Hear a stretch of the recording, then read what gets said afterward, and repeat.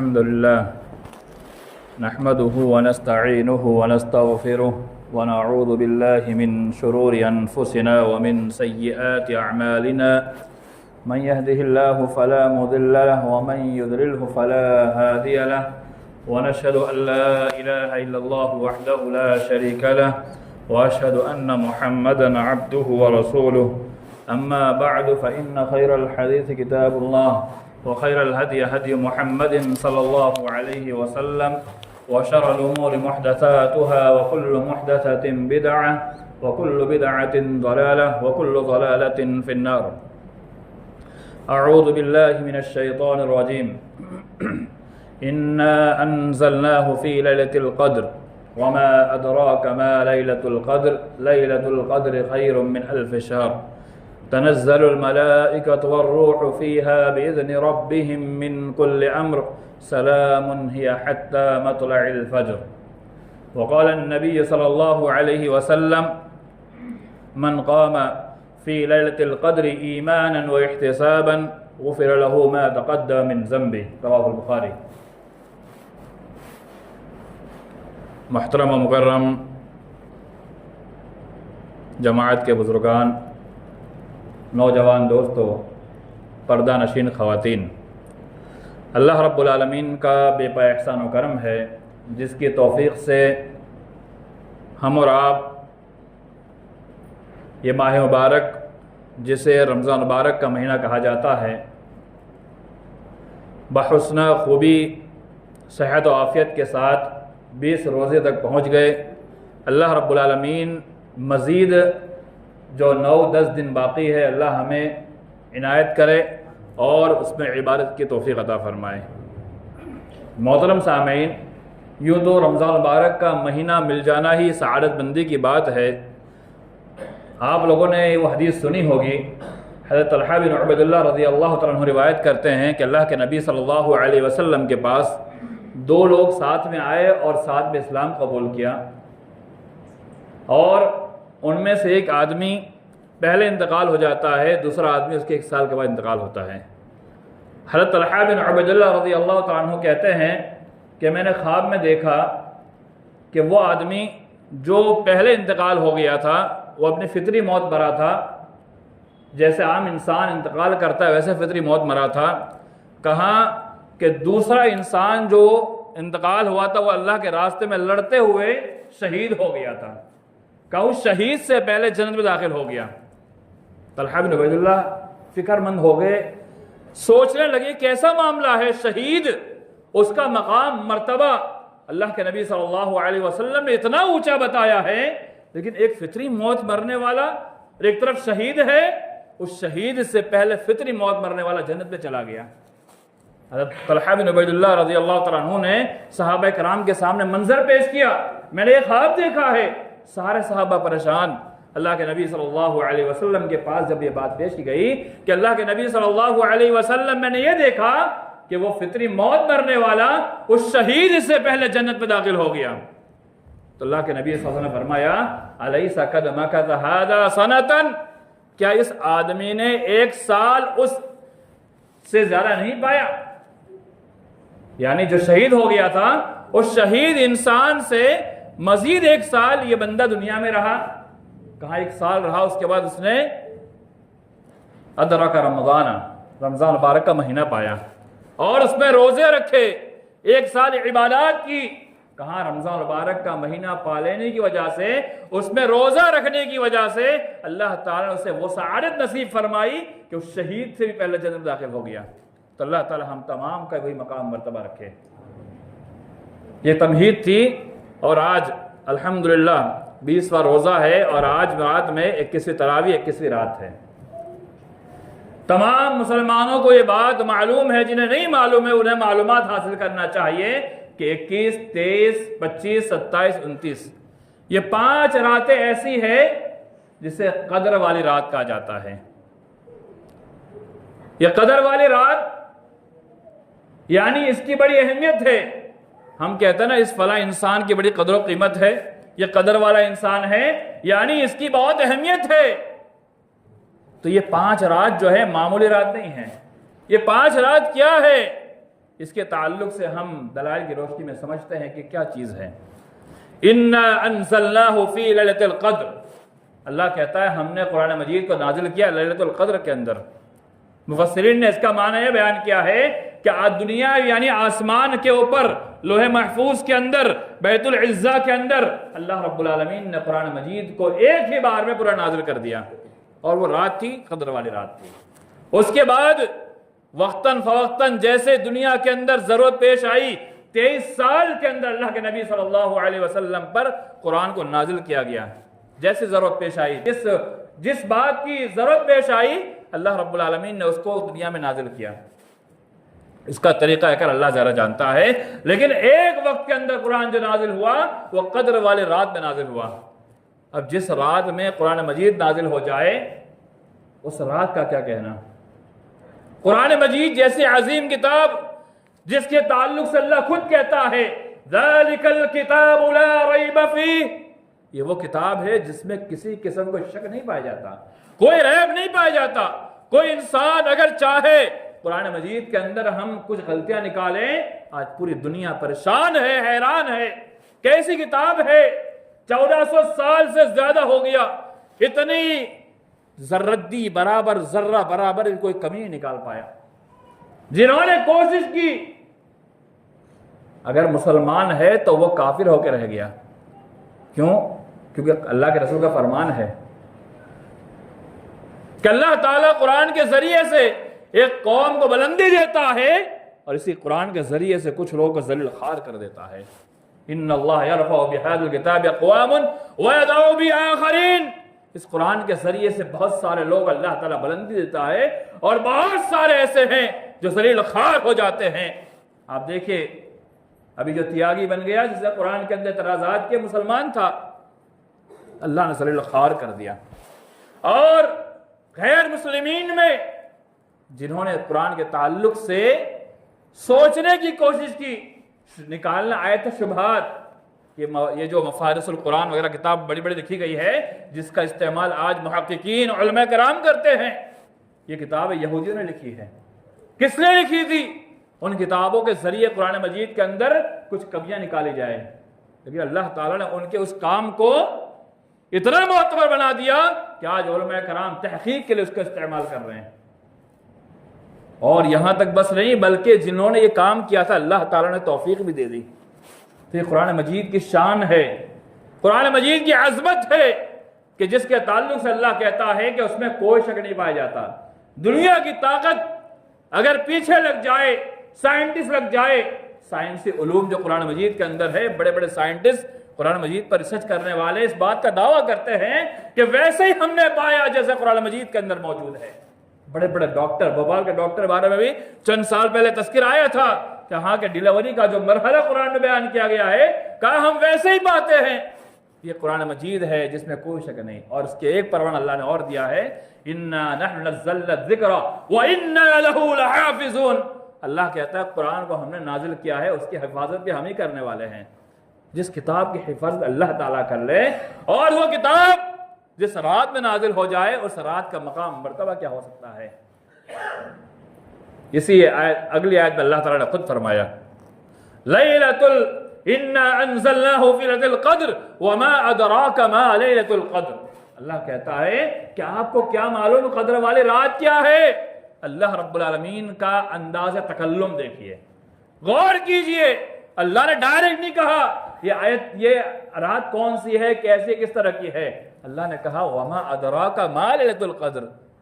ए नबी सल्लल्लाहु अलैहि वसल्लम, आपके लिए भी, आपके उम्मत के लिए भी, आपको क्या मालूम, क्या खबर कि वो रात, कदर वाली रात क्या है, क्या हैसियत है, क्या अजमत है, क्या कदर है। कुरान मजीद के अंदर अल्लाह रब्बुल आलमीन ने बेहतरीन उसलूब के साथ आयत नाजिल फरमाई है, और इसका मकसद ये होता है, एक मिसाल के तौर पर मुझे किसी से कोई बात समझानी हो, बतानी हो, मुझे मालूम है कि उसकी अहमियत बहुत ज्यादा है, लेकिन जिसे मैं बता रहा हूं वो बेचारा उसकी अहमियत नहीं जानता है। तो पहले मैं उससे कैसे बात करूंगा? उसके सामने तमहीद कायम करूंगा, ऐसी बातें पेश करूंगा कि उसका जहन मेरी तरफ थोड़ा खींचे, मेरी तरफ वो उसका दिमाग मेरी तरफ आए और उसको सुनने के लिए उतावला हो जाए। तो अल्लाह ताला ने भी वही अंदाज अपनाया, वमा अदराका मा लैलतुल क़द्र, क्योंकि कुरान मजीद जब नाजिल हुई थी ना, फसीह और बलीग दौर में नाजिल हुई थी। कुरान मजीद जब नाजिल हुआ तो उस वक्त के बड़े बड़े उदबा, फुसहा, बुलगा और अरबी के माहिरीन, फसाहत के माहिरीन, बलागत के माहिरीन, उस दौर में कुरान नाजिल होता है। हर नबी के दौर में जैसे वहां के लोग मौजूद होते थे, अल्लाह ताला ने ऐसे मौजूदे पेश किए। वैसे कुरान मजीद जब नाजिल हुआ तो बड़े बड़े उदबा मौजूद थे, फुसहा, बलागा, यानी जो इल्म बलागा पढ़ने वाले, फसाहत पढ़ने वाले, जानने वाले, ऐसे लोगों के दरमियान कुरान नाजिल हुआ था। तो अल्लाह रब्बुल आलमीन ने भी कुरान मजीद के अंदर फसाहत और बलागत के साथ ये बात कही, वमा अदराका मा लैलतुल क़द्र, ए नबी सल्लल्लाहु अलैहि वसल्लम आपको क्या मालूम कि लैलतुल क़द्र क्या चीज है? उसके बाद अल्लाह ताला ने बताया, लैलतुल क़द्र खैरुम मिन अल्फ शहर। अल्लाहु अकबर। अल्लाह के नबी सल्लल्लाहु अलैहि वसल्लम की उम्मत से पहले जितनी उम्मतें थी, उनकी उम्र 700 साल, 800 साल, 900 साल, 1000 साल। हज़रत नूह के बारे में आता है 950 साल दावत तबलीग की थी। कुरान के मजीद की आयत है 950 साल, और हमारी उम्र 50, 60, 70, 80। बहुत मुश्किल से आज कोई 90 पहुंच पाता है, इल्ला माशाल्लाह कोई 100 पहुंच जाए, वरना 40, 50, 60 में ही उम्मत मोहम्मदिया खत्म होने लगती है। उस जमाने के अंदर 1000 साल अल्लाह के नबी सल्लल्लाहु अलैहि वसल्लम को एक अतिया दिया गया, तोहफा दिया गया कि वो कौम जो पिछले नबियों की थी वो 1000 साल तक इबादत करे, 1000 साल तक इबादत करे, और उम्मत मोहम्मदिया 50-60 साल के अंदर ही इंतकाल हो जाए। कैसे बराबरी हो सकती है? तो अल्लाह रब्बुल आलमीन ने बतौर तोहफा एक रात अता कर दी, एक रात अता कर दी, जिस रात की इबादत एक रात की इबादत नहीं, जिस रात की अहमियत एक रात की अहमियत नहीं। लैलतुल क़द्र खैरुम मिन अल्फ शहर, 1000 महीनों की से बेहतर है। उस एक रात की इबादत, उस एक रात को पा लेना, उस एक रात को जाग लेना, एक रात जागना नहीं है बल्कि 1000 महीने, 83-84 साल के बराबर। कोई इंसान हर साल अगर वो रात पाले तो क्या उसका कहना, अल्लाह अकबर। 1000 महीने से बेहतर है लैलतुल क़द्र खैरुम मिन अल्फ शहर, 1000 महीने से बेहतर। अल्लाह अकबर। ये रात की अहमियत है, ये इसकी कदर है। ये रात जो इंशाअल्लाह आज रात से शुरू हो जाएगी। और अल्लाह के नबी सल्लल्लाहु अलैहि वसल्लम के बारे में बयान करते हो महाद, अन्ना नबी सल्लल्लाहु अलैहि वसल्लम कान इज़ा दखल अल अशीरा, कि जब अल्लाह के नबी सल्लल्लाहु अलैहि वसल्लम आखिरी अशरे में दाखिल हो जाते तो आप क्या करते थे? अहया लैलहू, अपनी रात को बेदारी में गुजारते थे, जग कर गुजारते थे। वो अयक़ज़ अहलहू, और अपने घर वालों को भी बेदार करते, जगाते थे। देखिए एक लफ्ज आया अहया, अहया यानी खुद बेदार होना, और अयक़ज़ के माने होता है किसी और को बेदार करना। कोई इंसान यहाँ सो रहा है, उसको उठाया जाए, भाई उठ जाओ नमाज का टाइम हो गया। कहा अयक़ज़ अहलहू, खुद तो बेदार होते थे, और बेदार होने के बाद जो उनके घर वाले अगर वो सोने के मूड में हैं तो उनको बेदार करते थे, नहीं उठ जाओ। वशद्द में इज़ारहू, और आप सल्लल्लाहु अलैहि वसल्लम कमर बस्ता हो जाते, तैयार हो जाते थे। बहुत शिद्दत के साथ आप इबादत में लग जाया करते थे, यानी जैसे साल भर इबादत अल्लाह के रसूल करते थे, आपकी इबादत में कोई कमी नहीं रह सकती थी। लेकिन ये आखिरी 10 दिन अल्लाह के नबी सल्लल्लाहु अलैहि वसल्लम बहुत ही ज्यादा चाको चौबंद होते थे, तैयार हो जाते थे, और अपने आप को उस रात के लिए लगा देते थे, खुद भी जगते, अपने अहल को भी जगाते थे।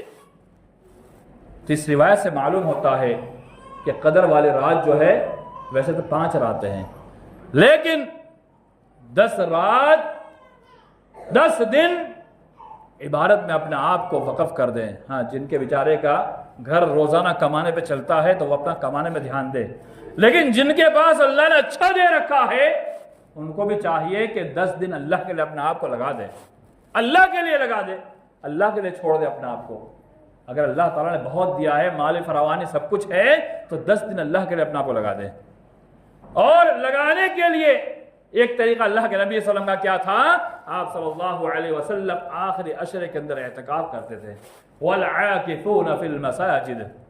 लेकिन शर्त क्या है एहतिकाफ के लिए? कुरान में अल्लाह ताला ने शर्त लगा दी, वल आकिफून फिल मसाजिद, अपने घर के अंदर नहीं बल्कि मसाजिद के अंदर अगर एहतिकाफ किया जाए, मस्जिदों के अंदर, अल्लाह के घर के अंदर। अब इसके अंदर खवातीन इससे अलग नहीं है, खवातीन भी इसी हुक्म में दाखिल है। देखिए, जहां शरीयत ने खवातीन का मसला अलग बयान किया है, वहां खवातीन मर्दों से अलग है। बहुत सारे मसाइल खवातीन के, जैसे हैज का मसला आ गया, वहां उमूम नहीं है बल्कि खास तौर पर औरतों का तस्करा वहां पे आया। तो औरतों के लिए कोई खास हुक्म नाजिल करना होता तो अल्लाह के नबी सल्लल्लाहु अलैहि वसल्लम अहादीस मुबारका के अंदर या कुरान मजीद में उसका नुज़ूल होता। यहां कोई नुज़ूल नहीं, कोई बात नहीं, ना अल्लाह के रसूल ने कोई अलग मसला पेश किया। तो एक ही बात समझ में आती है, वल आकिफून फिल मसाजिद, ये आम हुक्म है, चाहे मर्द हो, औरत हो, चाहे कोई भी हो, अगर वो एहतिकाफ करना चाहती है मस्जिद में आके एहतिकाफ करें। बहुत सारे लोग ये एतराज उठाते हैं कि एहतिकाफ सिर्फ 3 मस्जिदों के अंदर, हरम, मस्जिद नबवी और बैतुल मक़दिस। ऐसा नहीं है, आम हुक्म है, आम हुक्म है। ऐसा कोई तस्करा नहीं मिलता है कि इन 3 मस्जिद में एहतिकाफ किया जाए तो एहतिकाफ होगा वरना एहतिकाफ नहीं होगा, नहीं। हाँ, इस चीज का ख्याल रखा जाए, जहां पर जुमा की नमाज होती है वहां एहतिकाफ किया जाए तो सबसे अच्छा, क्योंकि वहां से निकलकर जुमा के लिए आना और दुश्वारियों का सामना करना, तो जुमा की नमाज जहां होती है वहां एहतिकाफ किया जाए ताकि जुमा के अंदर भी शिरकत हो जाए, मस्जिद से बाहर निकलना ना पड़े। तो एहतिकाफ के जरिए से, एहतिकाफ की अहमियत के लिए सिर्फ इतनी बात काफी है कि अल्लाह के नबी सल्लल्लाहु अलैहि वसल्लम बजाते खुद भी एहतिकाफ करते थे। और अल्लाह के नबी सल्लम के इंतकाल के बाद आपकी ज़ौजा जो हमारी उम्महात है वो भी एहतिकाफ क्या करती थी। हज़रत उमर रज़ी अल्लाह तआला अन्हु के बारे में आता है कि वो भी एहतिकाफ क्या करते थे। सहाबे कराम कसरत एहतिकाफ क्या करते थे। तो अल्लाह ताला ने जिन्हें माल की फरावानी दी हुई है, अल्लाह के लिए 10 दिन को वक़फ़ कर दे और अल्लाह के घर के अंदर आकर के एहतिकाफ बैठ जाए। एहतिकाफ का मतलब क्या है वो भी समझना जरूरी है थोड़ा। एहतिकाफ, एहतिकाफ कहा जाता है दुनिया माफिया से अलग कर करके अपने आप को अल्लाह के लिए एक जगह पर पैक कर देना। यह एहतिकाफ का मुख्तसर मफहूम है। अल्लाह की इबादत के लिए, उसकी रजामंदी के लिए, अल्लाह को खुश करने के लिए, अल्लाह रब्बुल आलमीन के दीन के लिए, उसके अल्लाह रब्बुल आलमीन के शरीयत को के हुक्म को मानने के लिए अपने आप को दुनिया से अलग कर लेने का नाम एहतिकाफ है। मस्जिद के अंदर आए, एक कोना पकड़ ले, अल्लाह के लिए अपने आप को उस 10 दिनगड़े लगा दे। लेकिन होता क्या है माशरे के अंदर, यहां का मैं कोई फाइनल बात नहीं करूंगा, लेकिन अमूमन जो देखा जाता है, कई कई जगह पर रमजान में जाना होता है, देखा जाता है, उसकी बात करूंगा। बेचारे एहतिकाफ में तो बैठ जाते हैं, एहतिकाफ तो कर लेते हैं, लेकिन वो तो खुद बेचारा दुनिया में मशगूल रहता है और दुनिया उसको आगे मशगूल करती है। वो तो खुद मशगूल हो जाता है, मोबाइल लेकर आया, मोबाइल में मशगूल है, बातों में मशगूल है, फोन में मशगूल है, दुनिया भर की चीजों में मशगूल है। तो एहतिकाफ किस चीज का? आप एहतिकाफ में आए हैं, छोड़िए दुनिया भर को, अल्लाह के लिए आए हैं तो अल्लाह से अपने आप को लगा दीजिए। ये 10 दिन बहुत अहमियत के हामिल है। रहबानियत हमारे शरीर ने मना कर दिया है। रहबानियत कहते हैं सिर्फ दुनिया को छोड़ करके सिर्फ अल्लाह अल्लाह करते रहे। हमारी शरीर इसको पसंद नहीं करती है, ना इसको इजाजत देती है। लेकिन ये 10 दिन ऐसे हैं जिसमें भी वाजिब और लाजिम नहीं किया। कहा जो आदमी एहतिकाफ में आ जाए, अब एहतिकाफ में आने के बाद उसकी जिम्मेदारी बनती है, उसकी अहमियत यह है कि दुनिया से कट जाए, अल्लाह के लिए अपने आप को लगा दे। और जो लोग एहतिकाफ में बैठ जाते हैं उनके पास आकर मुलाकात करना, मिलना, एहतियात के साथ, एहतमाम के साथ। लोग मिलने जाते हैं, चलो मिल लेते हैं, चलो मिल लेते हैं। अरे वो एहतिकाफ में बैठा, अल्लाह से बात करने बैठा है, अल्लाह से गुफ्तगू करने बैठा है, अल्लाह को राजी करने बैठा हुआ है। अब हम उसको जाके परेशान करें, मेरे ईमान वाले भाइयों, ये बिल्कुल मुनासिब नहीं है। वो अखलाक के तौर पर आपको मना नहीं कर सकता है, लेकिन हमारी जिम्मेदारी बनती है कि हम अपने आप को समझे, अल्लाह के रसूल ने अपने आप को लगाया हुआ है, हम क्यों जाकर उसको डिस्टर्ब करें, हम क्यों जाकर उसको परेशान करें, हम क्यों जाके उसके बाद जाकर के उसको मशगूल करें। तो एहतिकाफ में बैठने वाला बजाते खुद भी अपने आप को दुनिया से अलग करे, और जो बैठा हुआ है उसको परेशान करने से हमें एहतराज करना चाहिए। अगर कोई खाना देने वाला नहीं है तो हम खाना पहुंचा दे, बाकी उसके घर वाले जिम्मेदारी देख लेते हैं। अब तो अल्हम्दुलिल्लाह मसाजिद के अंदर इंतजाम होता ही है, मस्जिद वाले इंतजाम करते भी है। तो एहतिकाफ में बैठने के लिए चंद और शराइतें मैं आपके सामने मुख्तसर में पेश करूं। पहली चीज, अल्लाह ने कुरान में जो फरमाया वला तुबाशिरुहुन्ना, कि जब एहतिकाफ में बैठ जाए, चाहे वो मर्द या औरत हो, अब दो मियाँ भी मुबाशरत ना करे, यानी जिस्म से जिस्म उनका नहीं मिला सकते।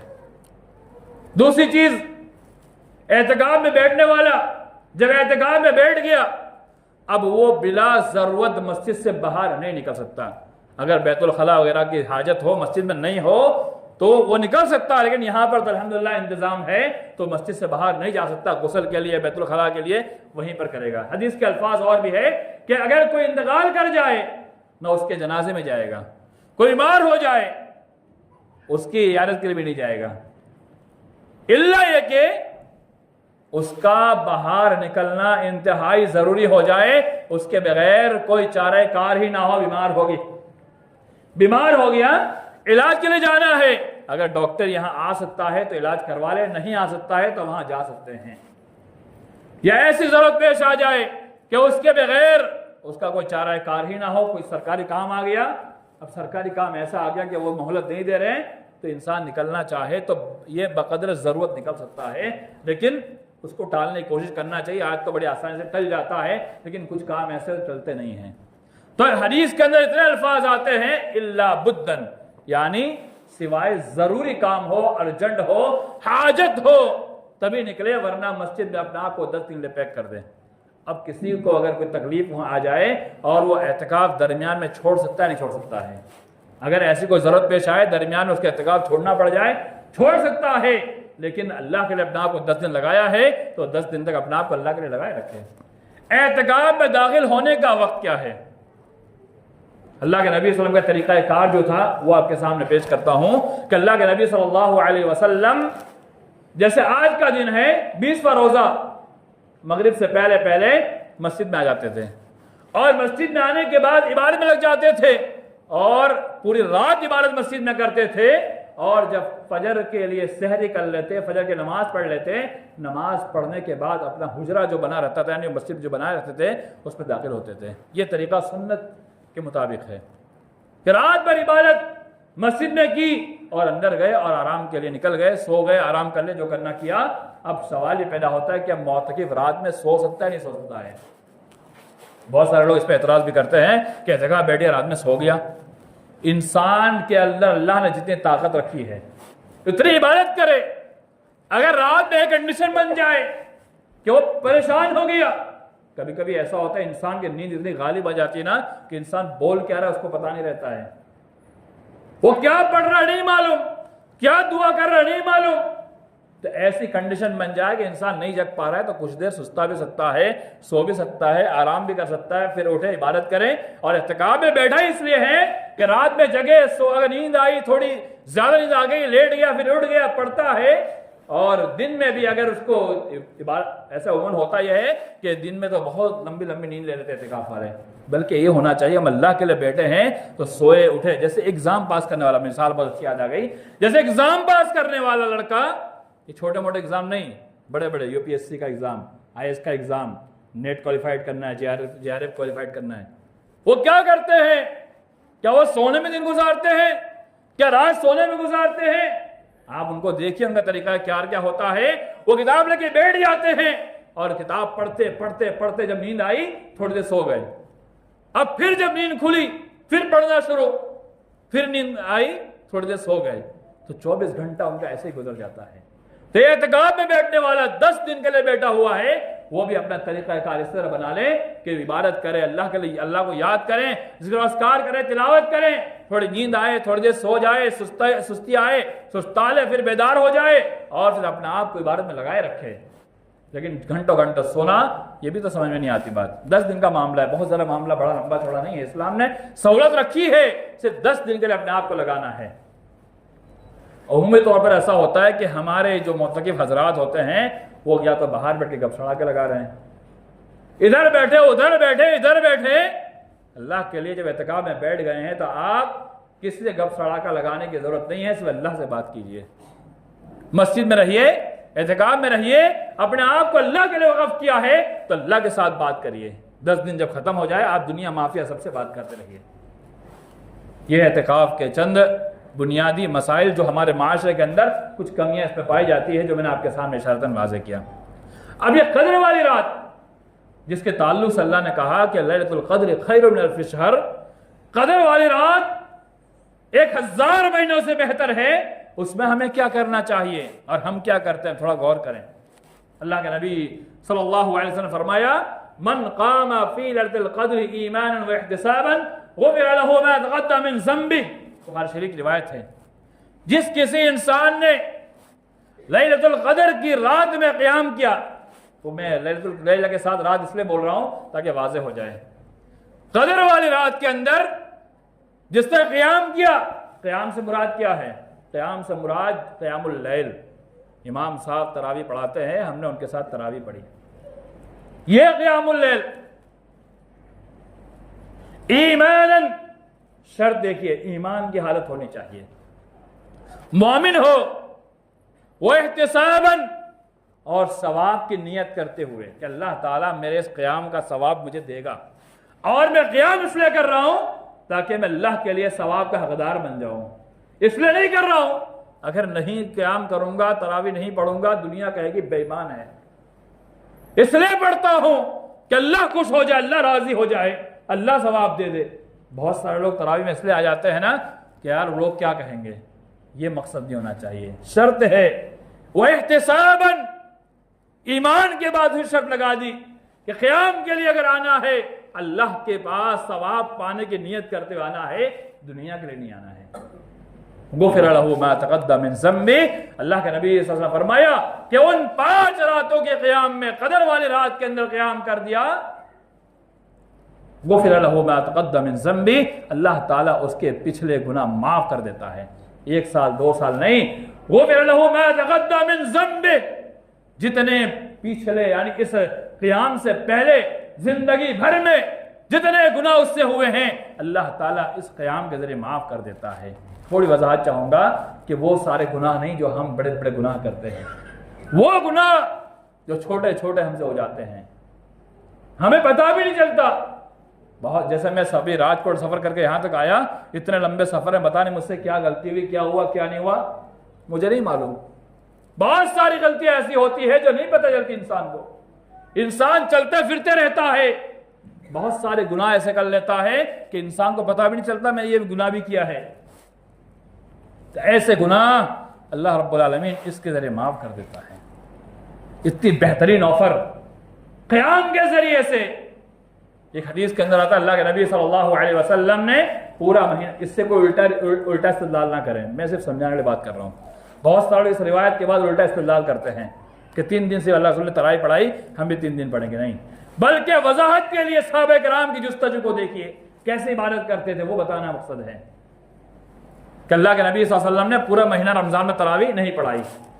जब 23वीं रात आई तो अल्लाह के नबी सल्लल्लाहु अलैहि वसल्लम ने तरावी पढ़ाई, क़याम कराया। कितना लंबा क़याम, पूरी रात को 3 हिस्से में तकसीम किया जाए, पूरी रात को यानी फजर की अजान तक के 3 हिस्सों में तकसीम किया जाए। तो 3 हिस्सों का आखिरी का 2 हिस्सा छोड़ दीजिए, शुरुआत का 1 हिस्सा ले लीजिए, इतना लंबा क़याम। अल्लाह अकबर। हमारे हाफिज़ साहब अगर 2 घंटा तरावी पढ़ा दे, अभी देखो पीछे से आवाज शुरू हो जाएगी, पीछे से आवाज शुरू हो जाएगी, ये कौन सा तरीका है, ये क्या मजाक बना रखा है। लेकिन सहाबा कराम देखिए, पूरी रात का 3 हिस्सा, 1/3 रात में पूरा क़याम अल्लाह रसूल ने करवाया, सहाबा कराम ने पीछे खड़ा किया। फिर आपने 25वीं रात को क़याम कराया। सहाबा कराम बयान करते हैं 25वीं रात, 25वीं रात को आधी रात तक क़याम किया, आधी रात तक, यानी पूरी रात को 2 हिस्से में तकसीम कर दिया जाए तो उसका आधा, अभी जैसे मान लिया मिशा के बाद से गिनने जाए तो 9 बजे से लेकर के अगर सुबह के 5:30 बजे तक गिना जाए तो एक लंबा डिस्टेंस है, उस डिस्टेंस का आधा कर ले। आधी रात सहाबा कराम को अल्लाह रसूल ने क़याम कराया, तरावी पढ़ाई। जब तरावी खत्म हुई, एक सहाबी रसूल कहते हैं, अल्लाह रसूल काश कि आप पूरी रात क़याम कराते, काश कि आप पूरी रात क़याम कराते। ये सहाबा किराम की जुस्तजू देखिए। आज हमारे 15-20 मिनट के अंदर हालत खराब। अरे सूरह तरावी पढ़ाई जाए, एक रुकू पढ़ा के खत्म करो, एक सफ़ा पढ़ाओ, अरे छोड़ो जाने दो। ये हालत बनी हुई कि अम्मा सालून जो सूरह नबा है ना, उसमें पूरी पूरी तरावी हो रही है कई जगह पर। ऐसे भी कंडीशन है। सूरह नबा, यहाँ तक कि हमारे उस्ताद शेख असद आज़मी साहब बयान करते सूरह फजर के अंदर मुकम्मल तरावी सुनाई गई है। ऐसे भी कंडीशन मुसलमानों की है। सूरह फजर, उसमें पूरी तरावी 8 रकात। सहाबा किराम कहते हैं कि अल्लाह के रसूल काश का पूरी रात क़याम कराते। अल्लाह के नबी सल्लल्लाहु अलैहि वसल्लम ने फरमाया, तिरमिज़ी शरीफ के अल्फाज सही तरीन रिवायत है, जिसने इमाम के साथ क़याम किया, इमाम के साथ क़याम किया, जब तक इमाम ने क़याम कराया, कहा पूरी रात क़याम का सवाब मिलता है। लेकिन शर्त उसके अंदर क्या है? शर्त यह है कि पूरी 11 रकात इमाम के साथ पढ़ी जाए। मैं इसलिए बता रहा हूँ कि अभी ये कदर वाली रात शुरू हो रही ना, अगर मान लीजिए वल्लाह आलम यहाँ पे तरावी रात में होती है या फिर ईशा के बाद, तो ईशा के बाद जहाँ तरावी होती है तो उम्मीद तौर पर ऐसा होता है कि वितर के लिए सब भाग जाते पीछे। क्यों? क्योंकि हमें रात में पढ़ना है, रात में इबादत करना कोई हरज की बात नहीं है। लेकिन जब इमाम के साथ आपने तरावी पढ़ी है तो वितर भी आपको इमाम के साथ पढ़ना पड़ेगा, तभी जाकर पूरी रात क़याम का सवाब मिलेगा। बाकी आपको आपकी तरावी का सवाब मिल जाएगा, आप वितर बाद में पढ़ो उसका सवाब मिल जाएगा, लेकिन ये सवाब नहीं मिलेगा, पूरी रात क़याम का सवाब नहीं मिलेगा। क्योंकि पूरी रात क़याम के सवाब के लिए 8 रकात तरावी और 7 3 रकात वितर जो इमाम साहब पढ़ाते हैं उसके साथ 11 रकात मुकम्मल पढ़नी होगी, तो पूरी रात क़याम का सवाब मिलेगा। तिरमिज़ी शरीफ की रिवायत है। और जब 27वीं रात आई तो अल्लाह के नबी सल्लल्लाहु अलैहि वसल्लम ने सहाबा किराम को वहां तक क़याम कराया कि बाद सहाबा कहते हैं हमें खौफ हो गया, डर लग गया, हमें खौफ हो गया कि कहीं ऐसा ना हो कि ये हमारे सहरी छूट जाए। अभी जैसे मान लीजिए अभी इमाम साहब खड़े हो जाए और अभी 5:30 बजे के आसपास अभी अजान का टाइम है और इमाम साहब 5:15 बजे तक तरावी चालू रखे तो हमारी क्या हालत होगी? अरे सहरी नहीं खा पाएंगे, रोजा कैसे रखेंगे? सहाबा किराम कहते हैं हमको ऐसा महसूस हुआ कि अल्लाह के रसूल के क़याम की वजह से हमारा आज की सहरी छूट जाएगी। हाँ, गौर करें, ईशा के बाद से क़याम शुरू हो रहा है, फजर की अजान के करीब तक क़याम चल रहा है।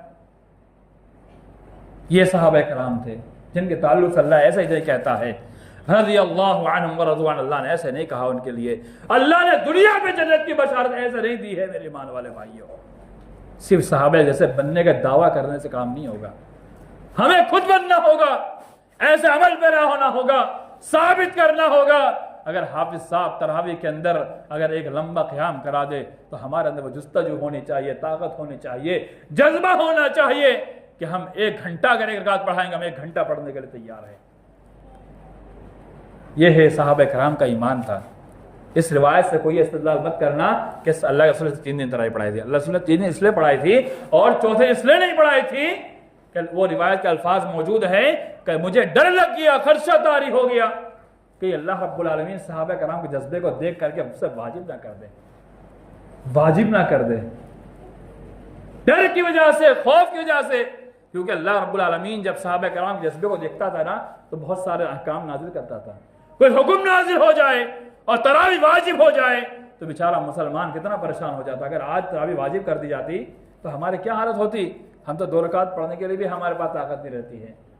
अगर वाजिब हो जाती, पूरा कुरान खत्म करना वाजिब हो जाता तो हमारी क्या हालत होती? हम तो गुनहगार ही गुनहगार हो जाते। तो अल्लाह के रसूल हमने इसलिए 3 दिन पढ़ाई थी। इससे बहुत सारे लोग इस्तेदलाल करके भागते हैं, जान छुड़ाते हैं कि 3 दिन तरावी हो गई, खत्म नहीं। हज़रत उमर रज़ियल्लाहु तआला अन्हु कौन थे? खलीफा, सहाबी, जन्नत की बशारत पाने वाले। उनके दौर के अंदर बाकायदा एहतमाम किया गया था तरावी क़यामुल लैल का। 11 रकात तरावी 2 सहाबा किराम पढ़ाते थे और उनका क़याम बहुत, अब इतनी सारी बातें आ जाएगी कि अब मुसलमान घबरा जाएंगे, क्या बातें हो रही हैं। सहाबा किराम के बारे में आता है जब वो दोनों हुफ्फाज़ किराम तरावी का क़याम करते थे ना तो सहाबा किराम लकड़ी लेकर खड़े हो जाते थे, इतना लंबा क़याम चलता था। तो उन्होंने पूरे रमज़ान तरावी पढ़ाई है। आसार सहाबा भी दलील हुज्जत होते हैं। एक तो अल्लाह रसूल का बज़ात खुद कौल, अल्लाह के रसूल का कौल, हदीस, आपकी बात, आपका अमल, वो भी शरीयत है। लेकिन आसार सहाबा यानी जिस अमल को सहाबा किराम ने किया उस पर अल्लाह के रसूल ने मना नहीं किया और उस अमल पर किसी दूसरे सहाबी ने मना नहीं किया, वो भी शरीयत है। ये आप जुमला याद रखिए, जो अमल सहाबे कराम ने शुरू किया, उस अमल को अल्लाह के रसूल के ज़माने में शुरू किया सल्लल्लाहु अलैहि वसल्लम, और अल्लाह रसूल ने मना नहीं किया, तो वो शरीयत है। अल्लाह रसूल इंतकाल कर चुके हैं, सहाबे कराम मौजूद है, किसी सहाबी ने कोई अमल शुरू किया और उस अमल पर किसी सहाबी ने नकीर नहीं की, मना नहीं किया, ये नहीं कहा ये तरीका गलत है, तो वो तरीका भी शरीयत है। हज़रत उमर ने जब तरावी शुरू की थी, क़याम शुरू किया था, किसी सहाबे ने ये नहीं कहा कि उमर तुम गलत कर रहे हो। क्यों? क्योंकि सहाबा कराम के दौर में बहुत सारे मामलात ऐसे आते थे। एक बार अबू बकर सिद्दीक़ रज़ी अल्लाह तआला अन्हु के ज़माने की बात है कि किसी को मिरास के अंदर हिस्सा देने जा रहे थे, किसी सहाबी ने कहा, मुझे डिफरेंटली नाम याद नहीं है, एक मिसाल जहन में आ गई कि अबू सिद्दीक़ एक इंसान को मिरास का हिस्सा देने जा रहे थे।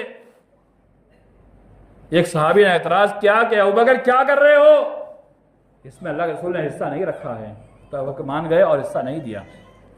तो मैं मिसाल देना चाहता हूं कि सहाबा कराम के किए हुए अमाल जिस पर दूसरे सहाबे ने नकीर ना की हो, वो भी शरीयत बन जाती है। तो हमें भी क़याम के अंदर अपने आप को लगाए रखना चाहिए। यह कदर वाली रात जो है, यह क़याम की रात है, अल्लाह के लिए अपने आप को खड़े रखने की रात है। अल्लाह के लिए अपने आप को खड़े कर दीजिए। हमारे यहाँ उम्मी तौर पर ऐसा होता है, इब्तिदाई रमजान में डेढ़ पारे होते हैं, जब क़याम की रात आती है आधा पारे में खत्म हो जाता है। नहीं, ऐसा नहीं होना चाहिए। क़याम की रात के अंदर लंबा क़याम होना चाहिए, लंबे लंबे पूरी रात लोग जागते हैं ना, और जागने में क्या जुल्म क्या होता है वो देखिए। मस्जिद में बैठ कर एक कोने में गुफ्तगू हो रही, बात हो रही, दुनिया की बात, दीन की बात हो जाए समझ में आती है। दीन की बात कुछ हो जाए, कुछ वक्फे नसीहत हो जाए, समझा दिया जाए, शाबाद तरावी बाद खड़े होकर के मौलाना साहब खड़े होकर 2-4 वाज कर दे, समझा दे भाई ये रात कदर वाली रात है, तो वाज और नसीहत तो समझ में आती है। लेकिन होता यह है कि मजलिस लगा करके दुनिया माफिया की बातें चलती है। मुसलमान सड़कों पर, बाजारों में, चौराहों पर, खाने की दुकानों में, आज मुसलमानों का रश देखिएगा 21, 23, 25, 27 और 29 को, और 27 को तो अल्लाह माफ करे, इतना रश के मैं पूछिए। तो ये रात जो है सड़कों में घूमने के लिए नहीं है, खाने पीने के लिए नहीं है, घूमने के लिए नहीं है, शॉपिंग के लिए नहीं है, बल्कि कदर वाली रात जो है ये इबादत के लिए, क़याम के लिए, ज़िक्र अस्कार के लिए, अल्लाह को राज़ी करने के लिए है, अल्लाह से इस्तिग़फ़ार के लिए है, अपने गुनाहों की माफ़ी के लिए है, अपने आप को अल्लाह के सामने पेश करने के लिए है। जो कुछ कमियां हमसे रह गई है अल्लाह के सामने पेश कर दे। और वो रात जो आखिरी रात, पहर की रात कही जाती है, यानी पूरी रात का दिन हिस्सा किया जाए, आखिरी जो तीसरा हिस्सा है, हदीस के अंदर अल्लाह ताला उसमें आसमान दुनिया पर नाजिल होता है, यानी पहला आसमान वहां नाजिल होता है। क्या कैफियत अल्लाह जानता है, उसके नुज़ुल की कैफियत अल्लाह जानता है, लेकिन हदीस के अंदर आता है अल्लाह उतरता है और उस वक्त आगे कहता है कौन बंदा जो मुझसे मांगे मैं दूंगा, इस्तिग़फ़ार करे मैं कबूल करूंगा, अपनी हाजत पेश करे मैं अता करूंगा, अपनी परेशानी पेश करे मैं अता करूंगा। हमारा हाल क्या होता है इन रातों के अंदर? वो आखिरी वक्त जो अल्लाह ताला वहां नाजिल होता है ना, हम सहरी बनाने में, खाने पीने में गुजारते हैं। उम्मी तौर पर मस्जिदों के अंदर होता यह है कि वो 3 बजे के बाद जो है खाना पीना, प्लेट वगैरह शुरू हो जाता है। वो वक्त अल्लाह ताला आसमान दुनिया पर आकर पुकारता है, कौन है जो मुझे पुकारे, मैं उसकी पुकार को सुन दो। तो वो वक्त अल्लाह को पुकारने का वक्त है, अल्लाह को याद करने वक्त है, अल्लाह के लिए पास अपनी हाजत पेश करने वक्त है। तो उस वक्त में अल्लाह के सामने अपनी हाजत पेश की जाए। इंसान बहुत परेशान है, मानते हैं बाजार मंदा पड़ा हुआ है, क्यों अल्लाह के सामने पेश ना करें? अल्लाह के रसूल के ज़माने में एक रिवायत के अंदर आता है महंगाई बहुत बढ़ गई, महंगाई बहुत बढ़ गई। सहाबा किराम ने कहा अल्लाह के रसूल आप बताइए क्या किया जाए, महंगाई बहुत ज्यादा हो गई है। अल्लाह के नबी सल्लल्लाहु अलैहि वसल्लम ने फरमाया कि महंगाई को बढ़ाना, कम करना ये सब अल्लाह के इख्तियार में है। अल्लाह से दुआ करो, अल्लाह ताला कम करेगा। तो हमें अल्लाह के सामने पेश करना, अल्लाह हमारे कारोबार मंदे पड़े हुए हैं, हम परेशानी में है, हमारा काम नहीं चल रहा है, हमारे पास जॉब नहीं है, अल्लाह के सामने मांगे, अल्लाह को राजी करे, अल्लाह ताला देगा। लैलतुल क़द्र खैरुन मिन अल्फ़ि शहर तनज़्ज़लुल मलाइकतु वर्रूहु फ़ीहा बिइज़्नि रब्बिहिम मिन कुल्लि अम्र। उस रात में जो कदर वाली रात है, वो रात अल्लाह रसूल को बताई गई थी, लेकिन 2 लोग के झगड़े को चुकाने वजह से अल्लाह रसूल को बुला दी गई थी। यह हदीस के बुखारी शरीफ वगैरह के अल्फाज के अंदर मौजूद है कि वो रात बुलाई गई थी, अब उम्मत के लिए है कि 21, 23, 25, 27, 29 इन 5 रातों के अंदर वो कदर वाली रात तलाश करें। उस कदर वाली रात के अंदर तनज़्ज़लुल मलाइकतु वर्रूह, एक फरिश्ता जिसे रूहुल अमीन कहा जाता है, वो नाजिल होता है बिइज़्नि रब्बिहिम, अपने रब के हुक्म से वो नाजिल होता है। मिन कुल्ल अम्र, तमाम अहकाम लेकर के, तमाम मामलात को लेकर के, रहमत को लेकर के, इंसान ने जो मांगा है अल्लाह के पास से वो देने आता है। कब तक? सलामुन हिय हत्ता मतलइल फज्र। हम तो 2 बजे तक तो पढ़ लेते हैं, उसके बाद तो अपना घूमना शुरू कर देते ना। नहीं, ऐसा नहीं। सलामुन हिय हत्ता मतलइल फज्र, यह कुरान मजीद की एक वाहिद आयत है, एक वाहिद सूरत है जिसमें अल्लाह ताला ने लैलतुल कद्र का पूरा नजारा पेश किया हुआ है। वो पूरी रात फजर के तुलू होने तक वो फरिश्ता जो नाजिल होता है ना, वो रहता है। और वो रात फजर की अजान तक की रात है। चाहे हम सहरी करते रहें तब भी अल्लाह का जिक्र करते रहें, अल्लाह को याद करते रहें, अल्लाह से दुआ करते रहें। और अगर हम सहरी तैयार कर रहे हो, खवातीन जो घर में 3 बजे उठ के सहरी तैयार करती है, वो सहरी तैयार करते करते अल्लाह को याद करती रहे, अल्लाह का जिक्र अस्कार करती रहे, अल्लाह से दुआ मांगती रहे, अल्लाह को याद करती रहे। उम्मी तौर पर ऐसा होता है कि इन रातों में हमारी खवातीन खरीदी करने निकल जाती है, हमारे नौजवान खरीदी निकल जाते हैं। खरीदी रमजान से पहले खत्म करके जो माल स्टॉक रमजान के अंदर हमें मार्केट में दिखता है ना, क्या वो नया नहीं आता? और रमजान से पहले से स्टॉक हो जाता है। रमजान से पहले स्टॉक हो जाता है तो हमारी जिम्मेदारी बनती है रमजान से पहले खरीदी कर लें, ताकि रमजान इबादत में गुजारें। जो कदर वाली रातें हैं, आखिरी रातें हैं, उसको अच्छे से गुजारा जाए और फजर की अजान तक उसका वक्त रहता है। मेरे मान वाले भाइयों, कहने का मकसद यह है कि कदर वाली रात जो है इसको मामूली ना समझा जाए। अगर हर साल उसने ये रात पाली तो आप सोचिए 1000 महीने की इबादत से बेहतर है। 1000 महीने की इबादत से बेहतर है। हर साल पाली तो हर साल 1000 के महीने के बेहतर गिनते जाइए। तो अपने आप को लगाइए, पेश कीजिए। एहतिकाफ में बैठने की ताकत है तो एहतिकाफ में बैठिए, रात को जागिए, इबादत कीजिए, क़याम कीजिए इमाम साहब के साथ। क़याम में अपने आप को लगाइए। ज़रूरी नहीं कि एक पारा पढ़ा जाए, जो पढ़ा गया वही पढ़ा सकते हैं। लंबा क़याम होना चाहिए, लंबे क़याम, क्योंकि शरीयत के अंदर जो असल मसला है, जो अल्लाह के रसूल का मामला, सहाबा किराम का मामला था, वो इन रातों में ज़रा क़याम होता था। वही क़याम जो इमाम के असाब के साथ 11 रकात होता है, अगर उसी को लंबा क़याम किया जाए तो अलग से 2 रकात पढ़ने की जरूरत ही नहीं पेश आएगी। ये उस वक्त मसला पेश आता है जब छोटी छोटी तरावी हो जाती है, उसके बाद वो हर इंसान सोचता है हम अपनी तरफ से पढ़ें, हम अपनी तरफ पढ़ेंगे। अगर इमाम के साथ लंबा क़याम हो तो सोने पे सुहागा। इंतजामिया तो कोशिश करती है, लेकिन इंतजामिया के साथ उनके अकेले से कुछ नहीं होता है। इंतजामिया पूरा कोशिश करती है, हाफिज साहब पूरा कोशिश करते हैं, लेकिन उनके कोशिश करने से कुछ नहीं होता जब तक हम अपने आप को तैयार ना करें, हम ये जज्बा ना दे, हम जज्बा ना दिखाए कि हम पूरी रात खड़े हो सकते हैं, तब तक कुछ नहीं हो सकता है। हमारा बजाते खुद इस पर जज्बा होना चाहिए। हम पढ़ेंगे, हम खड़े रहेंगे, हम खड़े रहेंगे जैसे चौराहों के ऊपर, सड़कों के ऊपर, चाय की दुकानों के ऊपर, बाजारों में, उसी रात में 4-4 घंटा एक जगह खड़े होकर के हम बात कर सकते हैं, खा सकते हैं, पी सकते हैं, गुफ्तगू कर सकते हैं। लेकिन जब यहाँ पे क़याम की बात आ जाए तो हमारा ईमान पता नहीं क्यों गवारा नहीं करता कि हम क़याम करें। अल्लाह ताला हम तमाम मुसलमानों को इस रात की कदर अता फरमाए, इस रात की इबादत अता फरमाए, इस रात के अंदर जो भी अमाल करने हैं अल्लाह हमें करने की तौफीक अता फरमाए।